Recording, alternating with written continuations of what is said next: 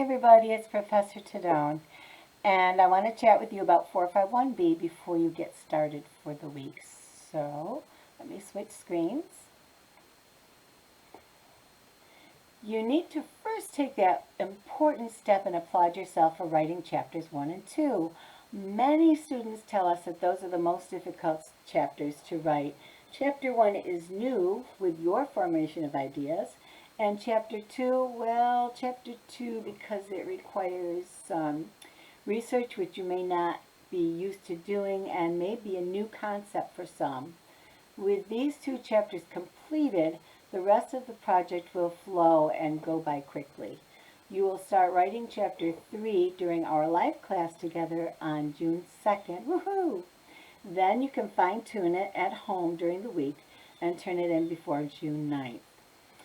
So you may be asking this, I'm already doing my shadowing for my option 3 project, or you're already making changes at work with your options 1 or 2 project, to which I say that is outstanding. Keep up the good work. And for the next few months, consider being the doing phase of your project. You're out there, you're drawing conclusions, you're determining your next steps. This week, we're going to look at Chapter 3, and we're going to look at the overview with a lot of valuable pieces about how to write Chapter 3. In Chapter 3, you're going to have 2 important pieces. One of them is called a force field analysis, and the other one is called a timeline. Your force field analysis, I'm going to show you something on here. Let's get to your practicum project files. Okay. And here you'll see a force field analysis worksheet. I'm going to click on that, pull it up. This is the worksheet I want you to use when you work on your force field analysis. Now you're going to have on the left hand corner, you're going to put Table 1 force field analysis. You're not going to have the word worksheet when you actually do. Okay, so you're going to get rid of this. I don't know if I can make changes here. Let me see here. To use to complete your worksheet. So for your chapter 3, you are going to have Table 1 force field analysis.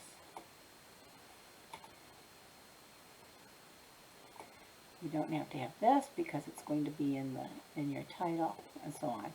And you're going to use this sheet to evaluate the forces that are used for and against your proposed change. And the driving force column lists the forces which are in favor of the change and score each driving force on a scale of 1, which is a weak driving force, to 5, which is a strong driving force. The restraining force column lists all the restraining forces on a scale of 1, which is a weak restraining force, to 5, which is a strong restraining force. Total each column to determine if there are stronger forces for driving or against the restraining for the change. Okay, and you're going to remove this. You don't need this when you actually write this for your chapter. Okay, and you're going to put down here at the very bottom 5 equals strong. Sorry. Okay. Okay, now let's give an example of what you might use for a driving force. Let's say you're looking at becoming a, let's see, you're looking at shadowing a forensic nurse for new role development. Driving force might be something like autonomy, which might be important to you. Let's give that a 4. And another driving force may be increased pay, which might also be 4. Do not need to relocate. Local. It might be important to you also. Something else that might be important to you with this might be working in field of great interest. That might also be a 4. And let's say another driving force would be close to home, which might be worth a 2. And another one might be good retirement package, which might also be a 2. Okay, so restraining force might be cost of education, which might be a 4. Time for education, we're going to give that a 3. And let's say another restraining force would be, let's see, need for equipment. Say you need special equipment for that particular job, that might be a 3. Now you're going to add these up. Got 20 points there, and you've got 11 points there. So your driving forces outweigh your restraining forces. Does that make sense? Your driving forces is 20. Your restraining forces is 11. Okay? So that's your force field analysis, and that will be on your chapter 3, pretty much written just like this, except with information regarding your particular project. All right, so let's go. Now the other thing you're going to need for chapter 3 is you are going to need to include a timeline. This is also for chapter 3. This is considered table 2. Now the timeline is written according to the different theorists. So if you choose Lewin, for example, as your theorist, you would choose this table to use. If you choose Lippitt, you would choose that, and if you choose Rogers, you would use that. I'm going to pull up Lewin because that's our most popular theorist that's used for our projects. And you will go through and you will fill in the table exactly as it's written, okay? So these are the different steps in Lewin's plan. You have unfreezing, moving to a new level, and refreezing. Those are your plans. So you would put the action taken, and you would write what you were doing in here for an action to be taken, the amount of time to complete, the date of completion, and what you discovered during that time. And you'll also put down what your desired results are for that. Now also for the table 2, let me bring it back. Can't leave it there. You're going to have that on the left corner. Table 2. And it's called Action Plan for Change. And it's going to be a capital C. Then you're going to get rid of that underline. You don't need it there. So desired results. Okay. Let's say I'm doing once again, I'm looking at following. I am very interested in a nurse forensic physician. So my desired result here would to be learn the pros and cons regarding the new nursing role of what the role is. And then here, my other desired result for this, because it's an option 3, complete the hour shadow with, and then the name of the nurse. Let's say I'm going to be following a nurse by the name of Nancy Perry. I would put down with Nancy P. RN, and then whatever her credentials are, okay? Then you would put down here for your unfreezing what you did during the unfreezing stage. Unfreezing stage would be what you're doing to at the very beginning of this project, okay? And you're going to also include in here during your unfreezing phase, you're going to be putting also your completion of the chapters you're writing.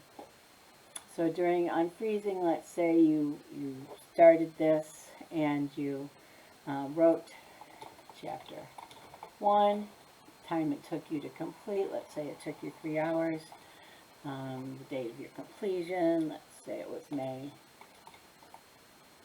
1st, 2021, factors discovered, final decision, so on and so forth and so on. Okay, and then right here you're going to turned in or made corrections to chapter 1. Let's say this took 40 minutes when you did it, so on and so forth. And let's do that. Moving to a new level is when you start your shadow. So let's say spent 8 hours with Nancy P. And what you discovered during that time with her. And another time you spent 5 hours. So this is where you wrote chapter 2. Time, what you did, so on, and all the way down the line. You're refreezing, wrote chapter 5, and then what you discovered there, and turned in final project. Now, some of these dates you're going to have to make guesstimations for, and then later on in the project, as these dates are concluded, you can go back and fix these dates if you choose. So, for example, you're going to turn in your final project and do your PowerPoint presentation on sometime in December. You would put that date there, and a guesstimation as to the time, and so on and so forth. Okay? So that would be for Lewin. This will be your action plan for change. I wanted a different format. Your layout is not the same. This is your orientation for your layout is not portrait, it is landscape.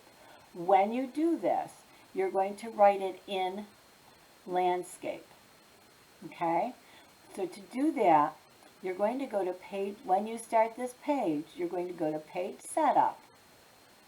And then you're going to do landscape, and right here, apply to this point forward, right there. And then when you're done with this, you're all set, everything's all said and done, and you start your new page, okay? You're all done with that. You want to go to your next page. You're going to do, at your next page, you're going to do Control, Enter. At the top of that page, page setup, portrait from this point forward. See how that changed it? So you were able to do this all in landscape, and then you can change it back to portrait for the rest of your paper. I think this is probably what people have more problems with than anything else. And with chapter 3 after this, you're just going to write a conclusion to chapter 3, and pretty much that's it. Yeah. You don't want to say that. And don't forget, here are the information for your overviews and guidelines for each of the options. So your overviews and guidelines will give you really good instructions on what you need to do for each of these. Like for option 1, for option 1, you scroll down to chapter 3, plan for implementation, and it will tell you what you need to do for that. Okay? There you go. So what I want you to do is between now and the next time we meet, I want you to complete your chapter 2. It's absolutely mandatory that that is completed before you start your chapter 3. So before we meet on June 2nd, I need you to complete your chapter 2, or if I'm waiting for corrections for you for chapter 2, I need you to complete those corrections and submit them to me. I want to have them all completed before you start your chapter 3. And remember that in your chapters you may not use personal pronouns. Okay? So no personal pronouns in your chapters. You may use personal pronouns in your timeline for table 2. So just so you know, you can use personal pronouns for table 2.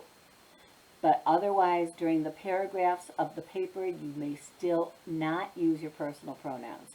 And I know that some of you have been having a lot of problems with that. So do not use I, me, we, he, she. Okay? They, them. Do anything you can to avoid using those. And be careful of run-on sentences or incomplete sentences. Otherwise, the information you guys have been providing has been really good. Be careful also when you use your, scroll down here. Here we are.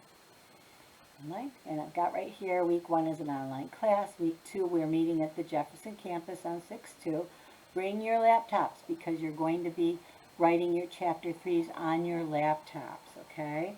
And you don't have to turn them in that night, but I'm going to be with you to help you. So start them, and we'll work together on those as a class. For chapter 3 overview, I've got right here a very nice overview of chapter 3. And it pretty much gives you information that I just gave you. It tells you exactly what we just talked about, but it's here in writing for you. All right, so look at that. You still need some information. And there's a sample of chapter 3, and I'm going to show this. Now I want to give you a warning. The samples are here more or less just to see how to set things up and how things flow. Do not copy any of the verbiage that's in here. That is considered plagiarizing.